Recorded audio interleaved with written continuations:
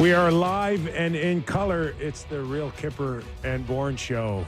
Leaf Edition Hour. Nick Kypreos, Justin Bourne, Sammy McKee. Bringing the energy today. Jake the Snake Schultz, Derek Brandeo.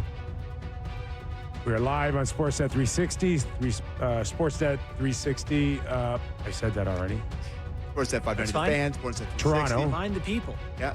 What else you got for us? Sportsnet Plus, streaming on YouTube after, on Spotify, I Apple never understood Podcasts. all this. Like, people are listening. They know where to find it if they're currently hearing our voice. I know. But if there's always new. Yeah, and if Somebody they happen new. to be listening on YouTube, they're like, oh, I could get it on Spotify. Oh, if they're listening on Spotify, they're like, All oh, I right. could watch it on YouTube or Sportsnet right. Plus.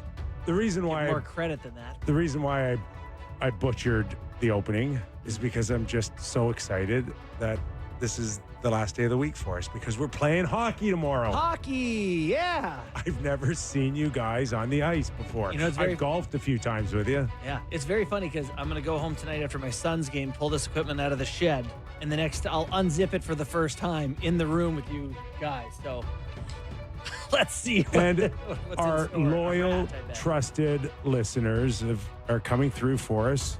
We still have a little bit of time here between now and tomorrow to raise a little bit more money, but we're moving up the rankings here. We've got listeners out there. We got fans that are making some really nice, generous donations. Yeah, yesterday we were up to 13,000. I believe we're up to 21? 21. 21 Yeah. today. 21. Can we get to $9,000 25? jump. Probably. I mean, if you want to do your best auctioneer move here, if you got that in you. I did skate today, and I hadn't skated since the Jays were playing, really, like, because we were starting at 2, so I could never make my morning skate. And the Jays played multiple Monday nights in a row, so I just couldn't play hockey. Yeah.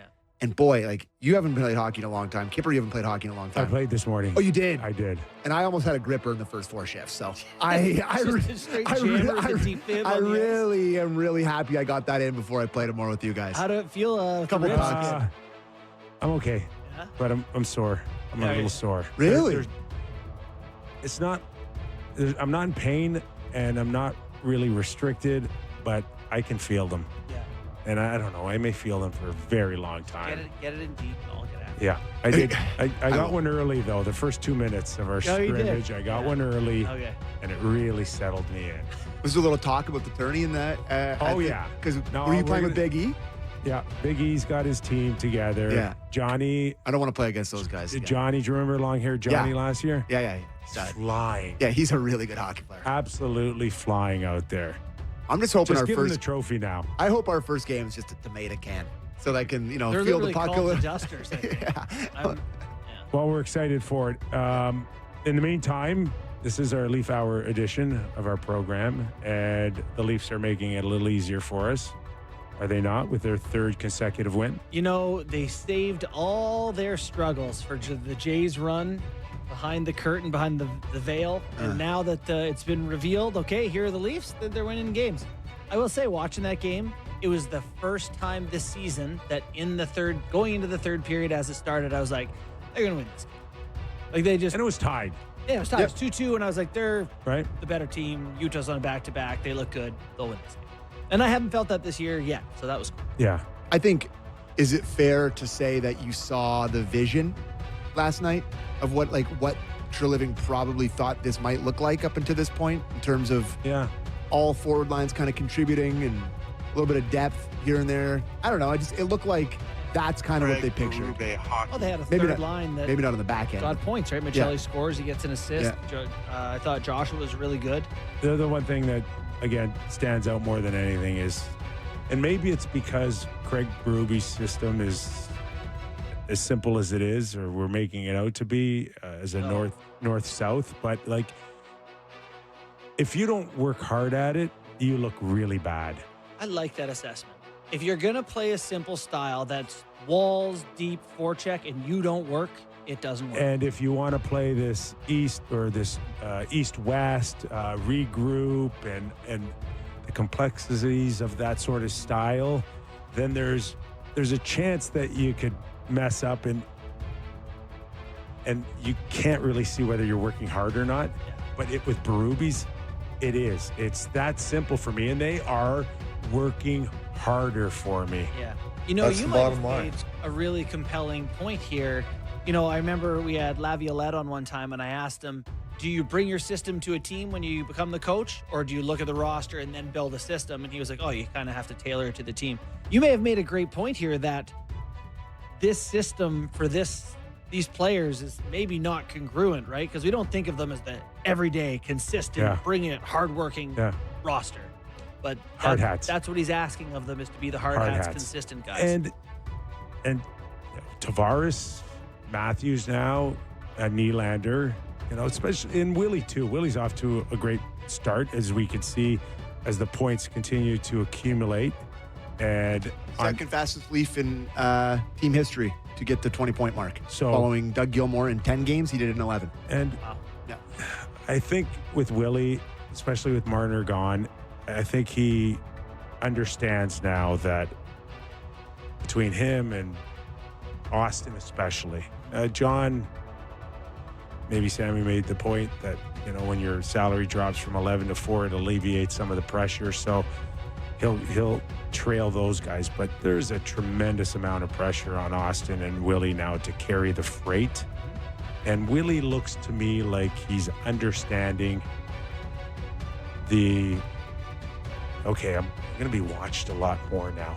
I can't necessarily go into the same lulls I've experienced in the past. Yeah, there's going to be some games when it doesn't look very pretty and I don't produce, but I can't have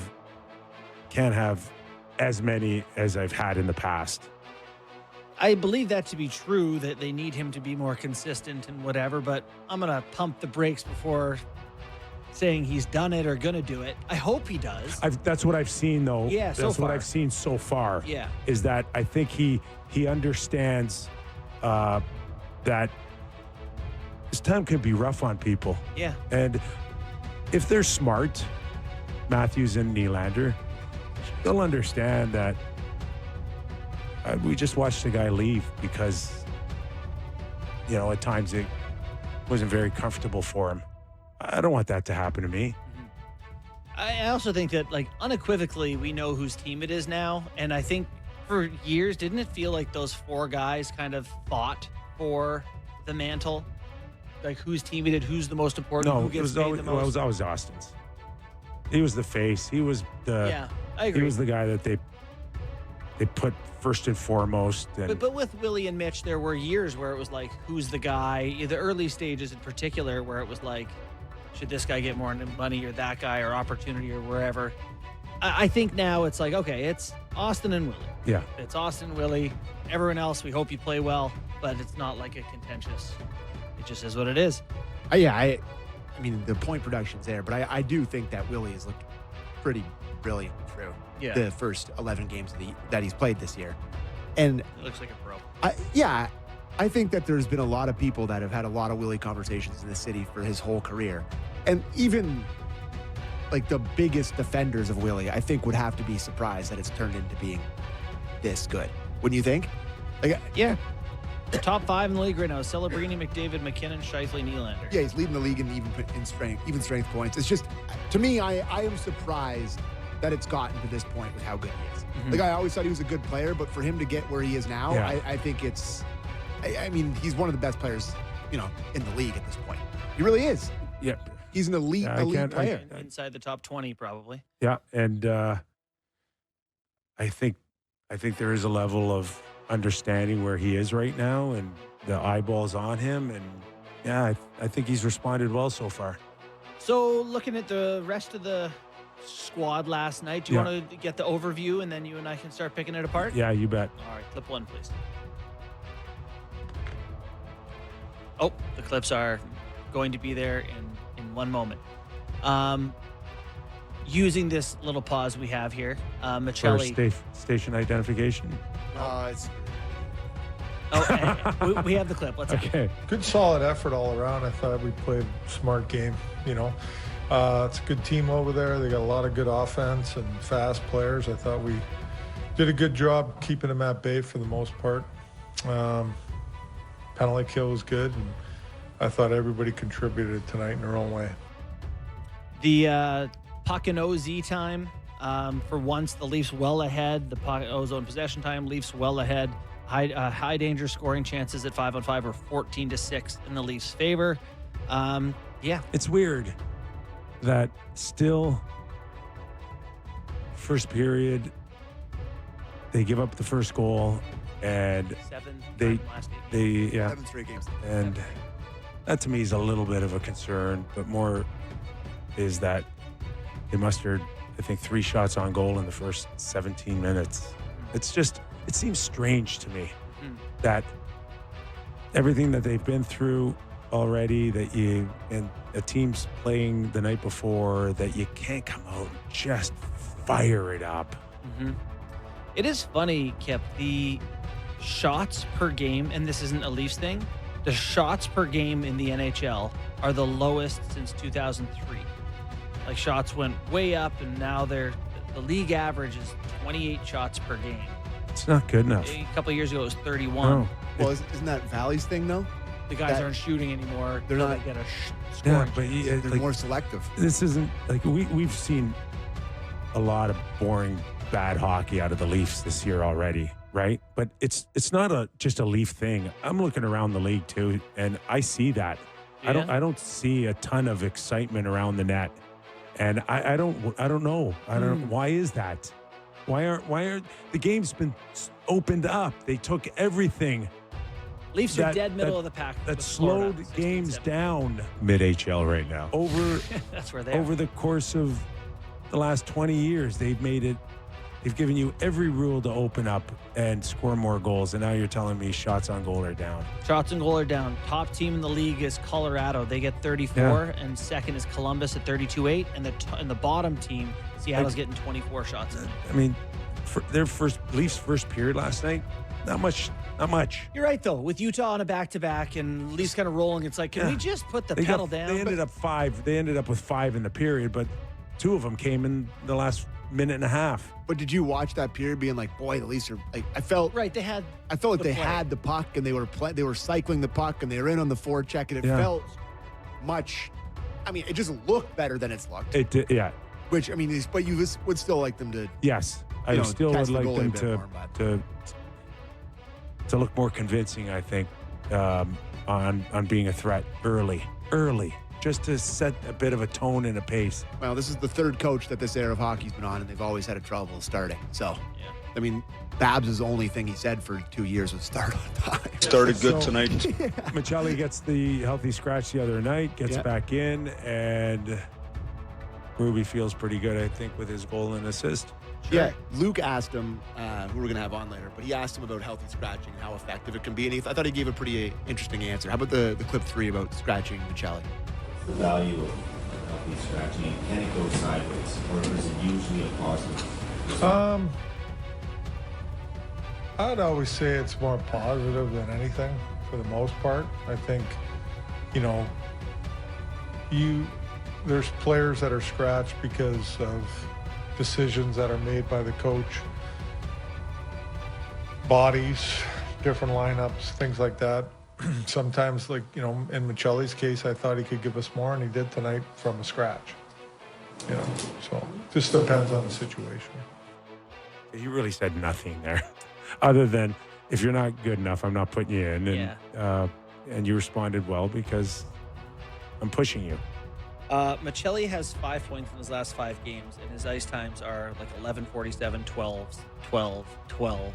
That's kind of the pocket they got him in right now. I thought if he gives you 12 like he did last night, take that, right? Like, cause some chaos for the defense. Should we hear the... Well, not to go full Kipper here, but I think it is a little bit of a cautionary. After, it's kind of the perfect storm for him.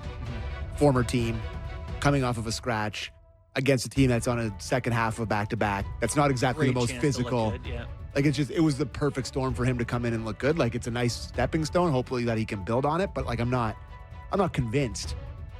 I'm not convinced that he's like back No. to whatever back is for him. But it was a nice Well, play. I think that's a really important question is what is he, he's 24 years old. Has he got another step to take from his best season in the league? And if so, pretty good. Yeah, it was a nice goal. But yeah, can he become someone you can use in the playoffs? Listen, That's a no. If we're completely being truthful here on the Leafs the last few years, falling short and getting their lunches fed by a team like Florida physically, he's not my top 50 guy.